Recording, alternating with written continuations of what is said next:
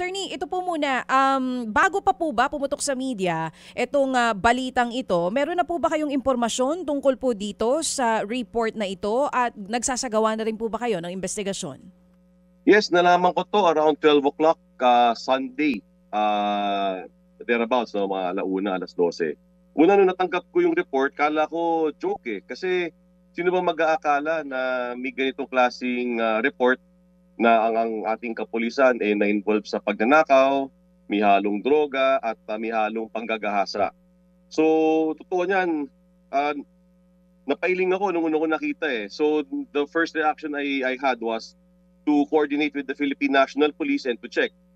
Nung nalaman natin, totoo nga na may ganitong insidente. At tayo ay sobrang nalungkot.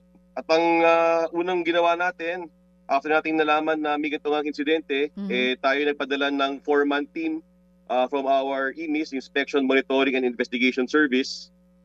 Pinadala natin kaagad. At sila ay bumalik na sa akin, meron dala silang report, nakuha ko na kahapon. At tama nga na merong rape na nangyari, merong pagnanakaw na nangyari.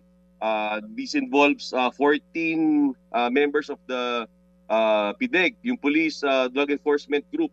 8 of which have been arrested, 6 are at large.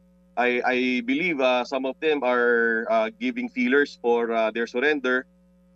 Pero bottom line, hindi Chacha, hindi talaga acceptable ito Dapat talaga may managot dito. Mga kapatid, brothers and sisters, saan ka pa? Dito na tayo sa totoo.